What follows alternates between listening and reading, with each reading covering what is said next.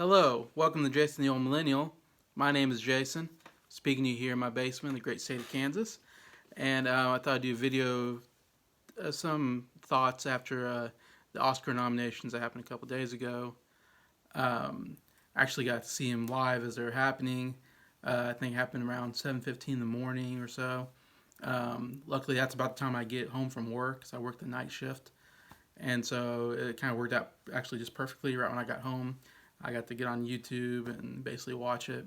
And I don't know, I'm a real. I used to be more fanatic about the Oscars. It's always been a big deal to me. I always loved the Oscar ceremony. I love watching videos on the Oscars and, the Oscar buzz, what movies are being considered to be nominated, and then getting to see the whole process, the Golden Globes and the SAG Awards and the Critic Choice and BAFTAs, and then trying to guess who's going to win. That's always a fun thing for me. I love seeing videos of other people, try to predict what's going to be nominated, what's going to win, all that. And I love to predict them myself. And I did that. I've always done that every year. If there's a contest, I try to,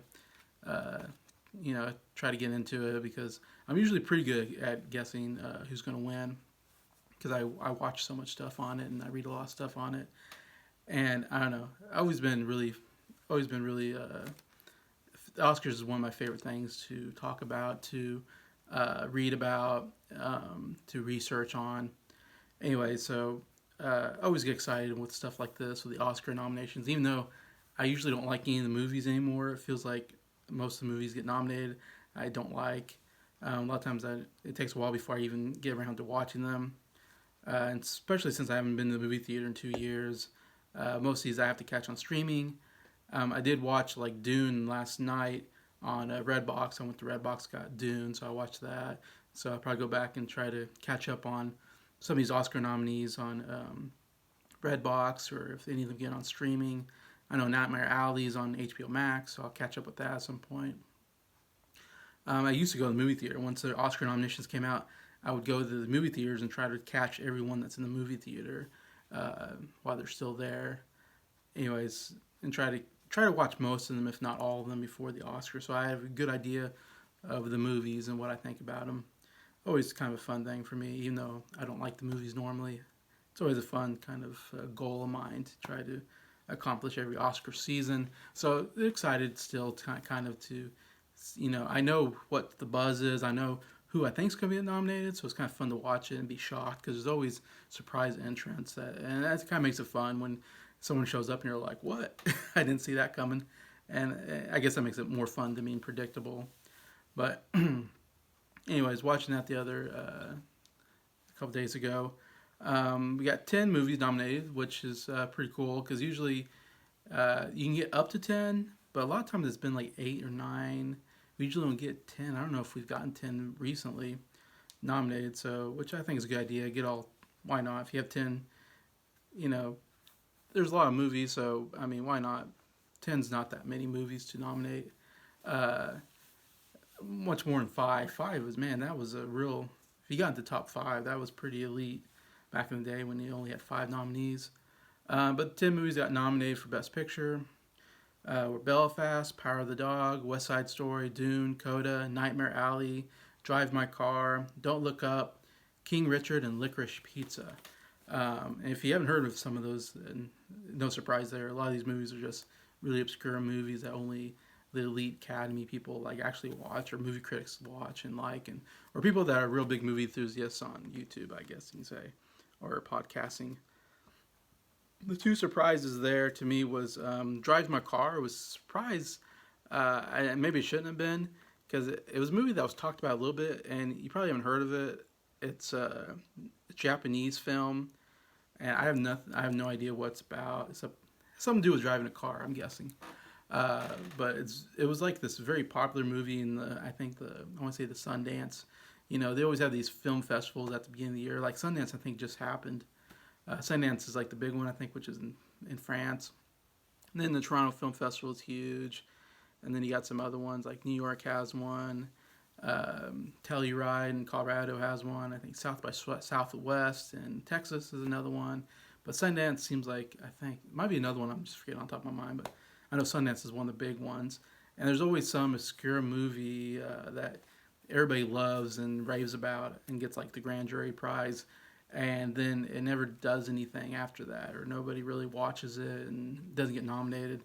You don't know, but Drive My Car is one of those. I think that was like this movie that everybody loved at Sundance, and all the critics raved about, and it's got a huge percentage on. It's like 98% on Rotten Tomatoes. So amongst the critics and all that, it's like very popular. But amongst regular people, it's like, of course, I don't watch too many foreign films, so or international movies, so usually those kind of movies kind of go by, and I don't even. I think it's out now in theaters, maybe if you can find the right theater. And it's hard being from Kansas because Kansas we don't get like first run movies. I mean, we don't get when movies first come out. It takes a little while before it gets to Kansas. It seems like it gets out to the East Coast and West Coast cities first, and then moves inward to us. Um, and sometimes I miss out on movies because they just don't come out here, or if they do, you have to find like the right theater that might play one of these limited release movies they call it, or it might be like it might take months after they come out in New York before they come out in Kansas. So a lot of these I don't get a chance to really go see. I have to try to find it on like I said Redbox or streaming, but we'll see. I don't know where to drive my car where I'm going to be able to see that one. That was just barely on my radar. Though I heard about it, that was popular amongst critics, but I don't feel like I got that much buzz coming up. Except, like I said, I think there was a chance, but I thought there was. I really didn't expect that one to get nominated at all. Surprisingly, got a Best Director nomination, a Screenplay nomination. So I mean, it got those, but nothing else after that. So I don't know. That was kind of a surprise one for me. The other one was Nightmare Alley, which was barely on my radar as a movie. Like it didn't seem like it was advertised that big. I remember seeing like advertisements on TV or something, or on one of the streamings, like maybe HBO or something, and being like, or Hulu or something, and it was like, I wasn't sure what the movie was, or it kind of came out real late, I guess, in the season after we were already talking about all these other movies being Oscar type movies. It just kind of came out after that, so it was almost an afterthought to me. So I wasn't expecting that one to be a Best Picture for sure. I don't think anybody. It didn't seem like hardly anybody was talking about that movie as a Best Picture nominee. So that was a big surprise.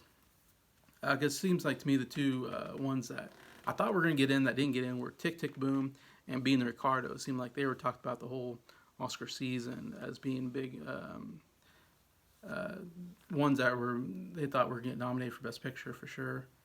So it was a big surprise that those missed out and those two got in there. Everything else I was kind of predicting the other 8 I was pretty sure those would get in, so no surprise there.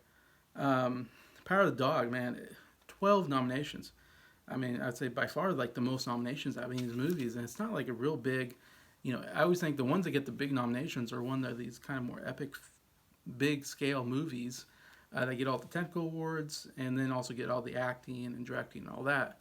This movie seemed more of like a smaller scale movie of, more of a dialogue movie, I would say. Not that much dialogue either. More of I don't know. It's a very dramatic movie. And it's more about the acting than anything else. So, I mean, it's kind of surprised it got so many nominations, including a lot of technical nominations. Like, I think it got set design maybe, and maybe score or something. I don't know. Like, all these ones, I was like, oh, really? Like, I didn't think it was get all those nominations. So, to me, Power of the Dog, they really loved Power of the Dog. That tells me, with 12 nominations. Plus, got what, 3, 4? Yeah, 4 acting nominations. So, I mean, got a lot of did really well in the acting categories. I mean, hit all the major ones: directing, screenplay, editing, acting, and then some technical awards. So, I mean, definitely all across the board, they must have loved this movie. I don't know if it's an indicator that's the front runner. To me, it seems like I would make it the front runner for Best Picture. The fact that they hit all the big they hit all the big award categories, and that they got nominated so much, they must have really loved the movie. So I would think Power of the Dog is the front runner for Best Picture, which makes sense since it's my least favorite movie so far that I've seen this year. Nomad was my least favorite movie last year and won Best Picture, so it seems to be that if I hate the movie, it's probably going to win Best Picture. So that seems to be somewhat consistent. I should say, Drive My Car, I guess the other thing I thought about is like I guess they love to nominate at least one Asian movie. They've done it the last 3 years, and not just maybe Asian, but foreign films in the Best Picture category. It seems like a trend now that I didn't think about until now. That's why I was surprised like Drive My Car. That came out of nowhere. But then I thought, well, it's a Japanese film. Last year there was a film called The Minari, which was a Korean film that got nominated for Best Picture, which I still hadn't seen. And then the year before that, Parasite won Best Picture. It's a Korean film. And Best Director, the first one, Korean film to win, and maybe first international film to win Best Picture. So 3 years in a row, it's been Korean and now Japanese. So they must love to get one international film in there. And then not too long ago, Roma, which was a movie from Mexico, was nominated for Best Picture. So yeah, it seems to be a trend of foreign films love to get into the Best Picture category. So I guess every year I should suspect whatever the top foreign film will get in there, Best Picture nowadays. Anyway, so that's kind of interesting to something to remember, I guess, in the future. But yeah, Power Dog 12, Dune got 10. They have second most nominations. Missed out on Best Director, so it makes you think it's not really a frontrunner for Best Picture, because usually the best indicator for Best Picture is usually the directing and the editing and screenplay, I guess you can say. If it gets directing, editing, screenplay, and it's nominated for Best Picture, that seems to be more the movie that has the best chance of winning. Dune missed out on Best Director. I didn't write down all the nominations, but I'm guessing it probably got editing and screenplay. But missed out on Best Director, so that hurts it. But 10 is a lot of nominees, and Dune, I just saw it the other day. Didn't care for it. Super boring. Just my short review on it. It's the first part of a two-parter or something, anyways. And I don't know anything about Dune. Never been into Dune. Never seen the other movie back in the '80s. Never read the book. Don't really know anything about it, but obviously it's a very sci-fi, big-scale movie. So it's gotten all of the technical awards, and it's probably going to win a lot of. My guess is Dune right now. I bet is going to win like 4 Oscars and not Best Picture. So it's going to be up there with like Mad Max Fury Road or Star Wars, Avatar. These are the kind of movies that big scale sci-fi or whatever movies, and they get a bunch of awards in the technical awards, but don't ultimately win Best Picture. That goes with something else, anyways. So my guess is that's what Dune's going to be like. It's gonna get it might get a lot of wins, but not win Best Picture. Evidently they liked it with 10 nominations. Those are the two by far the most nominations, because then after that you got Belfast and West Side Story have 7 nominations apiece. Belfast I thought was maybe up there with Power Dog as one that will win. In fact, I thought it was head-to-head between those two. I think Power Dog's probably pulled forward a little bit more. I think because Power Dog won the Golden Globe also. But Belfast I thought maybe has a chance in there. We'll see. You never know.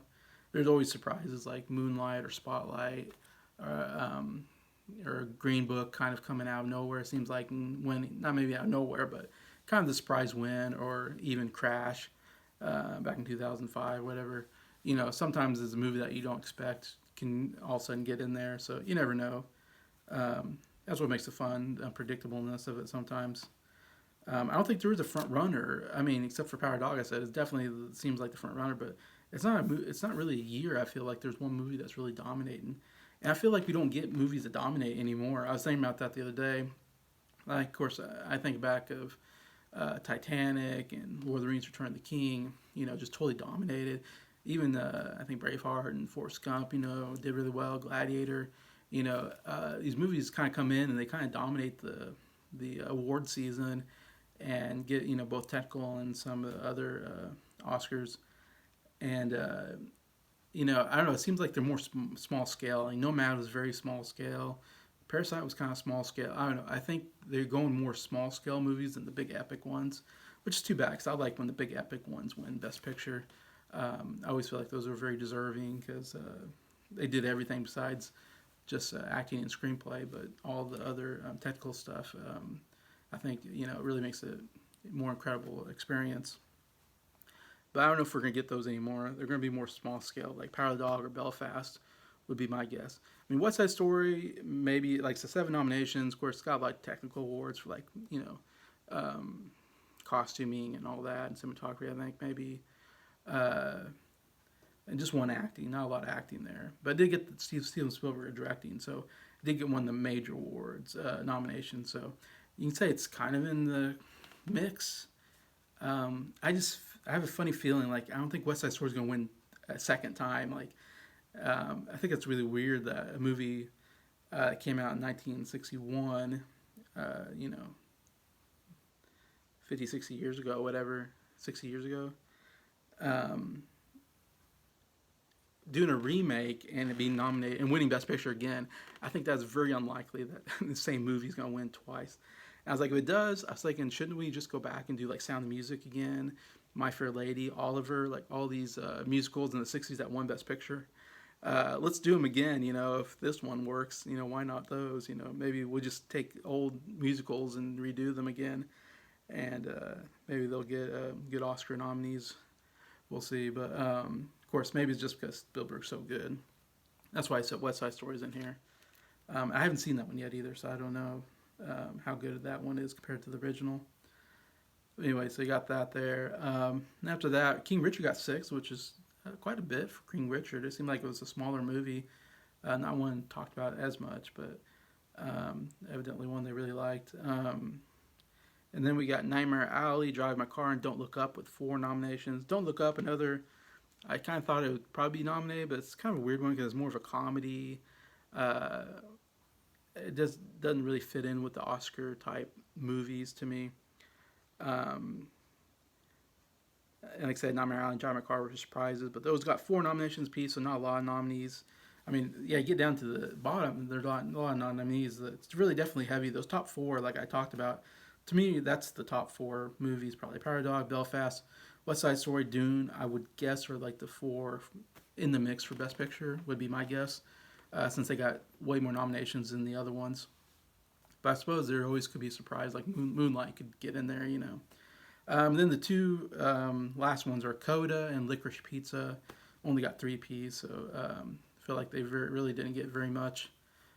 So not much of a chance, I would think, with those. But you know. Then I wanted to talk about some other movies that didn't get nominated for Best Picture, but got some Oscar nominations, and even talk about some snubs here, which I thought were interesting. Tick Tick Boom, I was surprised it didn't get nominated for Best Picture, but I got 3 nominations overall, so which is not bad. It's got as many as some of the other ones that were nominated for Best Picture. And Being the Ricardos was the other one that I was surprised didn't get nominated. And got 3 acting nominations, that's pretty good for. Kind of surprising somewhat. One of them was, anyways, the J.K. Simmons. I was surprised got a nomination. It's funny. It's the one that every time I watch a YouTube reaction, nobody likes Being the Ricardos. That's the one everybody. I feel like down the board, nobody likes Being the Ricardos, and everybody seems to not like Harvey Bardem or Nicole Kidman's performances. So they're all like, please, they don't want them to win. They're like going against them, And I was like, they're okay, but they wasn't my favorite either.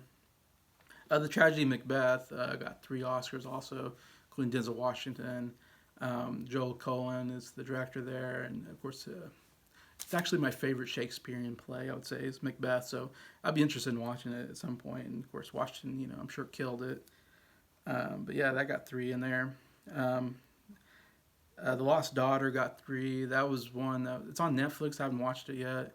And it's Maggie Gyllenhaal, first time directing. It's got some some acting nominations in there. I think maybe a screenplay. So that did very well for a movie that's not talked about that much. I thought there's a movie called Flea. I don't know a lot about, except it's very interesting that it got 3 nominations. So did pretty good. 3 nominations for it.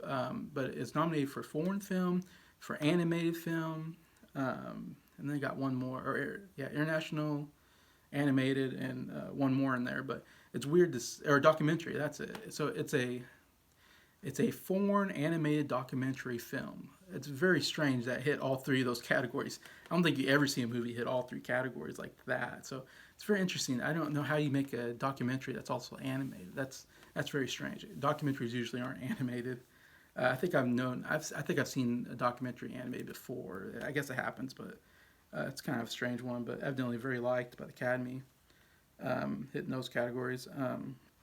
Encanto, which is the big Disney movie, got three in there, which was good. Of course, along with animated, it got song and score, which I think it deserved in there.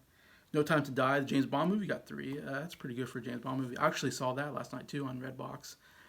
Also, very boring and very long movie. Did not care for that one at all. But in fact, special effects, I was like, I didn't think special effects were anything special, but got nominated there. Of course, song, I thought song was terrible. Billie Eilish song, I thought was horrible.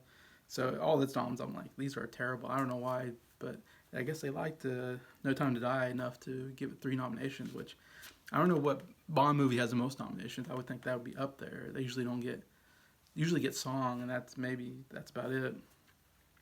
So those were the ones with three. A couple with two was Parallel Mothers. Penelope Cruz got a nomination for Best Actress. That was a big surprise. Wasn't expecting her to get in there. And it was nominated for, I think, I can't remember what the other nomination. It might have been screenplay, I think. Anyway, so I don't know anything about it except for Penelope Cruz is in there, so I'm guessing it's a Spanish movie. I think it's a foreign. It didn't get nominated in the foreign films because they nominated something else instead, I believe. And so, but if I remember right, unless I might be getting that mixed up with another one. But anyways, that's one don't know a lot about, but it's got two in there. There's a movie called The Worst Person in the World. Another one I've barely heard of, don't know anything about, but got two nominations. So did very well for a movie I've never really heard about. The Eyes of Tammy Faye got two in there, according to Best Actress and Makeup. That's on HBO Max. I haven't watched that one yet. Then Cruella from Disney Plus got two in there for makeup and costuming. So, and I've seen that, and the makeup costuming is very good. So very well deserved there. Disney Plus got one there. So I think those are one of the two movies I want to talk about that got one nomination that I thought got really snubbed. One was The House of Gucci, which I haven't seen, and the movie reviews haven't been good, so I guess I shouldn't be surprised. But it got one nomination for makeup, I believe it was. It didn't even get nominated for costume, and Gucci's all about fashion, so I was surprised it didn't get there. Of course, the two big ones was Lady Gaga. Everybody expected her to get nominated for Best Actress. She got snubbed, and then Jared Leto everybody thought he was going to get nominated for Best Supporting Actor, and he got snubbed. J.K. Simmons got in there instead. And I think Penelope Cruz took Lady Gaga's spot. And can I just say, Jared Leto, he's in the movie called House of Gucci, and he does Gucci commercials. So, like, that's interesting. I thought that's weird. Definitely into the Gucci crowd there. I mean, did he do the Gucci commercials first and then get the movie? I don't know. Or do the movie first and he's like, let me just go out on Gucci. The other one that was Cyrano, only got one nomination. That was for costuming. I really wanted. I haven't seen the movie because it hadn't come out yet. I think it comes out this month, so that's one I'm excited about because I love these big musicals, costume musicals. So I really want to go see that one when it comes out, and it seems like a cool. And I've been listening to the soundtrack. The soundtrack's great, and I really like Peter Dinklage. He's such a good actor, of course, coming from Game of Thrones. I really wanted Peter Dinklage to get nominated because I think he's such a good actor, and it'd be so cool to see somebody, a little person, first time getting nominated. Would have been a first, and that would have been really cool. And just Peter Dinklage, I think, deserves it because he's such a good actor. I love anytime he's in anything, I'm kind of interested now.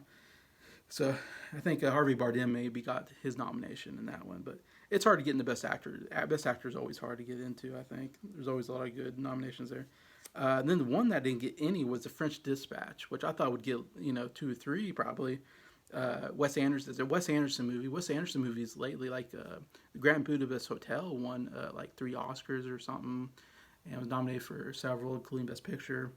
But The French Dispatch really did nothing, didn't get any Oscars, so it really got totally snubbed, which I was a little surprised about.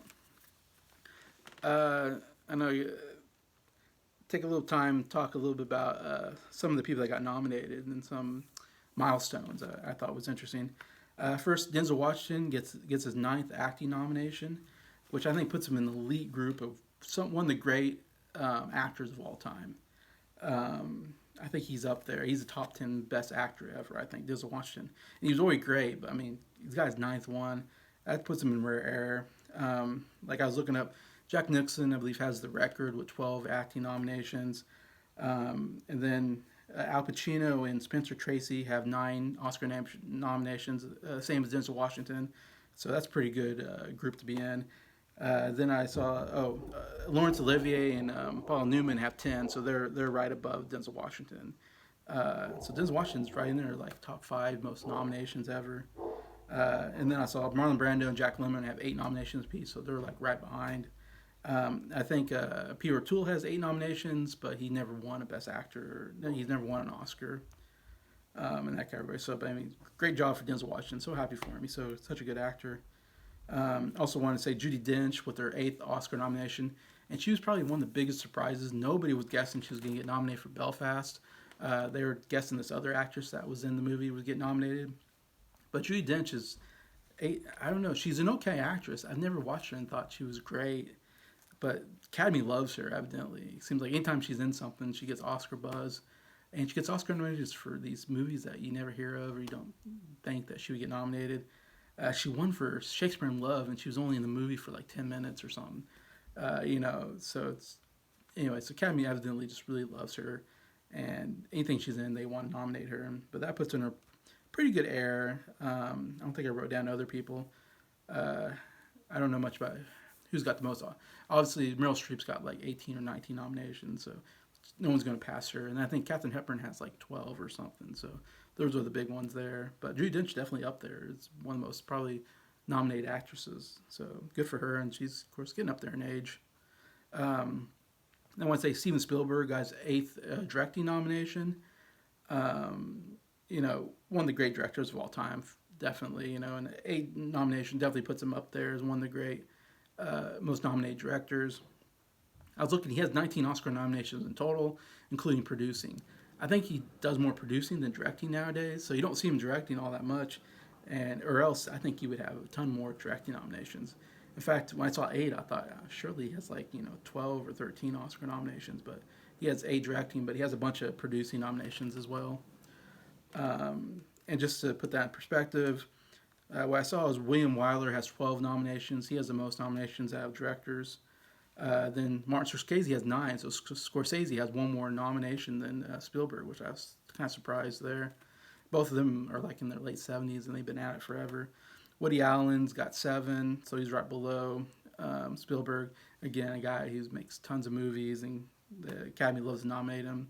And then Billy Wilder has 8 also, so Billy Wilder is got as many as Spielberg anyway. So those are some of the big director names I did just a little bit of research just to see where he ranks amongst the best directors, and so he's up there for sure. And then the last person I want to talk about is Hans Zimmer, getting nominated for Dune.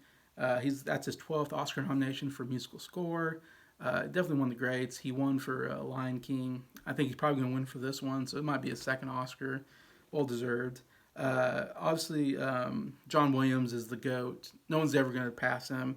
He's got 41 nominations. I mean, no one's even come close to 41 nominations. I mean, of any category. I mean, that's just insane how many nominations John Williams has. Because after that, I saw Jerry Goldsmith got 17. He's got a lot there. Alexandra Desplat's got 11. James Newton Howard's got 14. I know it's kind of random ones I wrote down.